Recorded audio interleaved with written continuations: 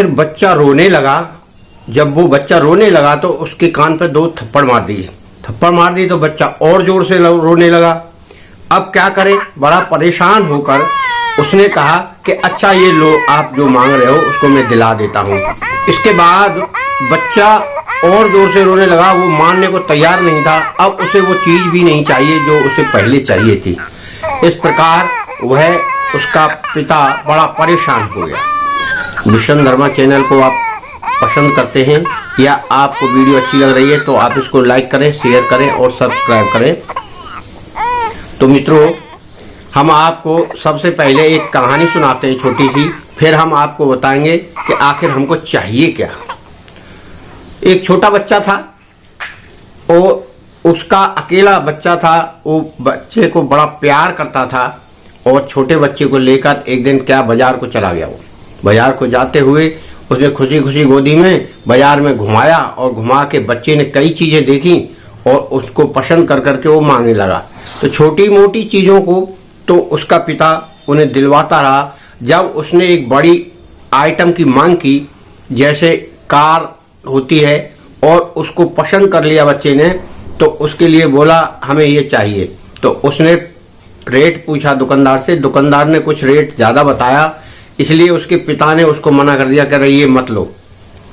बच्चा मान नहीं रहा था। जब मान नहीं रहा था तो उसने रोने लगा वो बच्चा कि मुझे तो चाहिए चाहिए। उसने उसके 2 थप्पड़ लगा दिए। थप्पड़ लगाए तो और जोर से रोने लगा। जब वो और जोर से रोने लगा तो बोला अब करे क्या, क्यों बाजार दूर था। तो उसने कहा अच्छा दिलवा देते हैं। दिलवाने के लिए उसने दुकानदार से वो गाड़ी ली और बोला कि ये भाई इसको दे दो। उसको दिया। वो बच्चा उसको भी लेने को तैयार नहीं, अब रोए जा रहा। तो वो उसने पूछा कि आपको चाहिए क्या। जब जोर से पूछा तो बोला मम्मी मम्मी। बोला अब मम्मी के पास जाना है। अब बाजार में मम्मी कहां से आए। तो उसके पल पल बदलती हुई इच्छा ऐसे उसके मन में विचलित कर रही थी उसको कि अब क्या करें, इसको कहां ले जाएं, मम्मी इसकी यहां कहां आएगी। इस प्रकार से वह उसके दिमाग को पढ़कर आखिर पूरे बाजार से उसे लौटना पड़ा और अपने घर पर आ गया।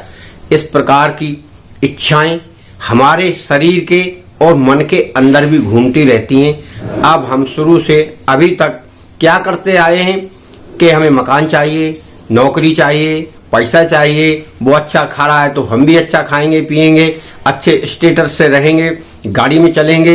ये सब होने के बाद जब हमारी सारी तमन्नाएं या हमारी इच्छाएं पूरी हो जाती हैं, तब हम फिर क्या करते हैं, इन सब का शौक करते हुए फिर हम सोचते अब क्या करें। तब हमारे अंदर या तो व्यसन पैदा होगा या फिर इनसे निकलने की कोई युक्ति ढूंढेंगे हम। जैसे भक्ति करने लग जाएं तो ये इससे मुक्ति मिल सकती है, क्योंकि ये सांसारिक वस्तुएं, वासना की वस्तुएं व्यक्ति को अशांत करती हैं। आखिर में उसके मन को शांति नहीं मिलती है। तो वो केवल शांति के चक्कर में वो समझ नहीं पाता है कि मुझे आखिर चाहिए क्या।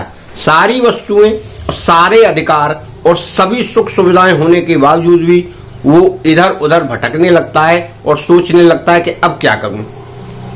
तो कई व्यक्ति इतनी धन संपत्ति होने के बावजूद भी अशांत हैं, क्योंकि या तो नशे के आदी हो गए, लती हो गए, या फिर जुआ खेलने लगे, या फिर कोई व्यक्ति जो बहुत ही सात्विक भावना का है तो वो अपने धर्ममय जीवन को बिताने के लिए भक्ति करने लगा, तो उसका उद्धार हो गया। उसने सब कुछ छोड़कर अपने बच्चों पर निर्भर हो गया और बोला आपको जो करना है आप करिए।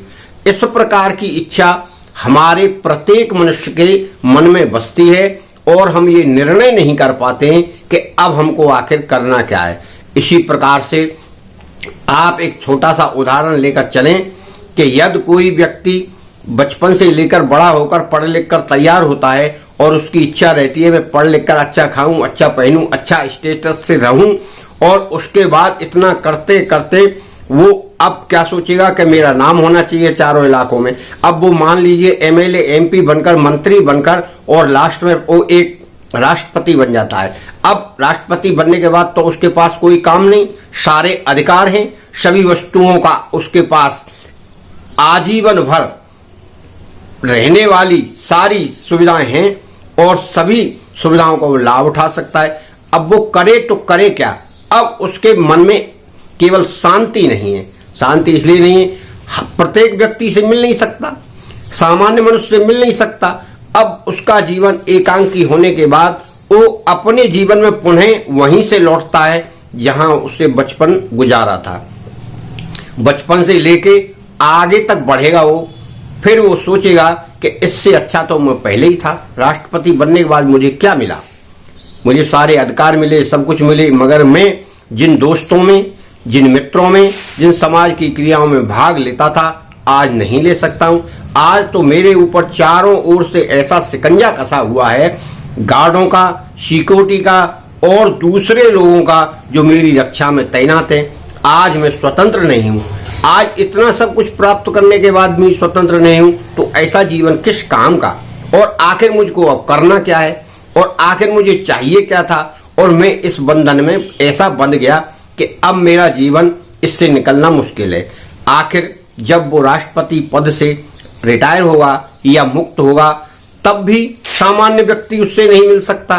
क्यों? तब भी उसके ऊपर प्रतिबंध रहेगा, जीवन पर्यंत उसके पास सिक्योरिटी रहेगी।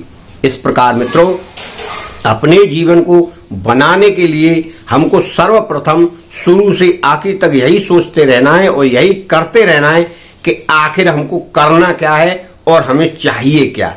उसी प्रकार से आप कार्य करेंगे शुरू से, तो सब जीवन आनंदमय चलता रहेगा। अगर एक ही भावना में बह गए, जैसे नाम के लिए, धन के लिए, पुत्र के लिए या और मकान संपत्ति इकट्ठा करने के लिए, तो आखिर में आप उस शांति को नहीं प्राप्त कर पाएंगे जो शांति की तलाश में आप लास्ट में ढूंढेंगे।